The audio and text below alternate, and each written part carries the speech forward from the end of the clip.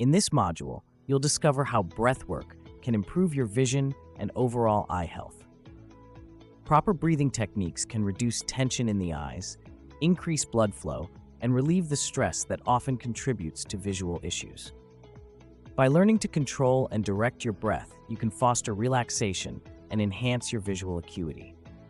Niraj will lead live tutorials on breathing exercises that you can easily follow along with. These sessions will teach you how to use your breath as a tool to calm your mind, relax your eyes, and naturally restore clarity in your vision.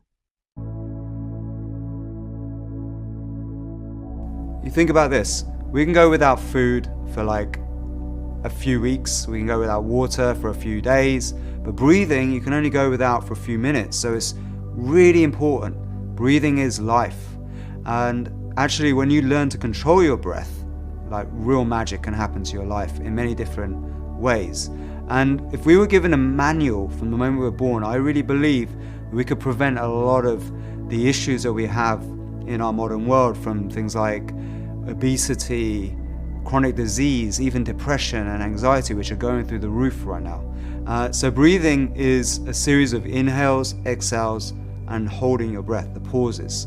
And when you know the sequences of how to inhale and exhale and hold your breath properly, you can really enhance body tissue oxygenation. You can also lower heart rate, blood pressure, make yourself feel calm and relaxed, or you can also make yourself feel pumped up and energized.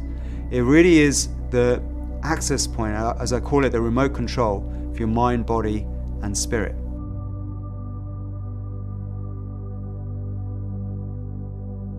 Breath really has a fast and powerful impact on your physiology, and if you actually have bad breathing habits, it can have the opposite effect. It can actually bring your energy down, make you feel cluttered and foggy, and even make you feel angry and stressed. So just by taking control of your breath, I really believe it's like having your own pharmacy that you can go to every single day to fix any issues you might be suffering from in the moment.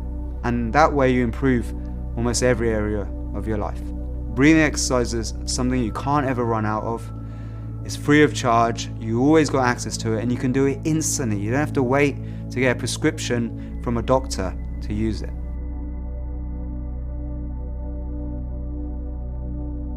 So there's different types of breathing exercises. There's the things that you do mindfully all day long.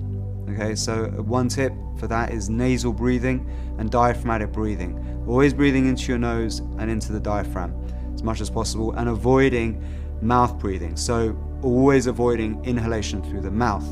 So that's just a simple daily habit you can do all day long. But when you train yourself to breathe slower, more rhythmic, diaphragmatic, and one of the simplest ways is just to breathe through your nose into your diaphragm, and just bring your awareness to your breath as you breathe in and out. And your breath will naturally become calmer when you switch to nasal breathing. So a very simple breathing exercise is to do slow rhythmic breathing. And you can actually count a rhythm yourself, where you breathe in for 4 and out for 8 with no pause between inhale and exhale. So you need to make sure you're diaphragmatically breathing. Put your left hand on your belly, right on your chest, just to check that you're diaphragmatically breathing. Imagine your nostrils are in your diaphragm, and when you breathe in, your diaphragm should rise like this. Breathe in and count for 4 beats.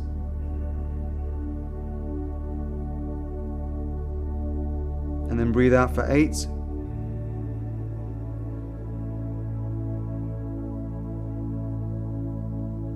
And repeat.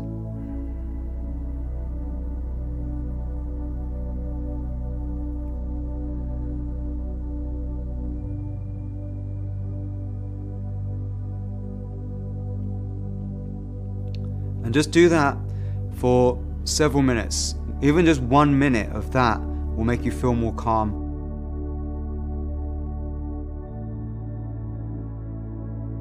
Your breathing can be both conscious and unconscious.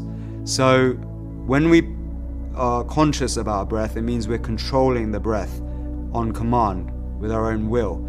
However, when it's unconscious, which for most people it is something we take for granted, the reptilian brain controls the breath. And the reptilian is the most primitive part of your brain, and it deals with survival at all costs.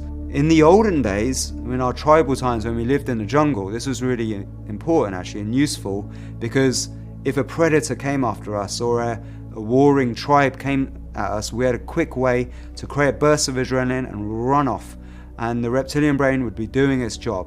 Nowadays, we have a different source of predators and threats. We now have bills, deadlines, bosses that are constantly making us feel some form of stress or threat, and therefore our reptilian brain is on high alert and it's constantly pumping out adrenaline and cortisol. And quite a lot of us are literally swimming in a sea of stress hormones all day long, and what that makes us do is breathe much faster than we need to.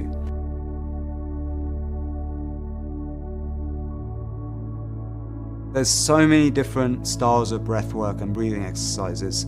Breathwork really comes from the ancient schools like pranayama, qigong. Qigong literally translates as breathwork, and pranayama means energy control, and it's the method of controlling energy in the body. And actually, breathing is how we produce energy in the body. When we breathe in oxygen. The oxygen comes into our little combustion engines in our cells called the mitochondria, and that's where we produce energy. So all of these various breathing exercises are all about manipulating energy in the body and also tapping into the nervous system, the autonomic nervous system. Just consciously making sure you never mouth breathe during the day as much as possible. And if you talk a lot, you're actually unfortunately mouth breathing, and a lot of us are on our phones all day long, speaking, talking, chatting. So what you want to do is, in an hour, to spend a few moments to just calm down, bring your awareness to the nasal breathing, and just observe your breath, breathing in and out, and extend your exhalation. You can even do humming.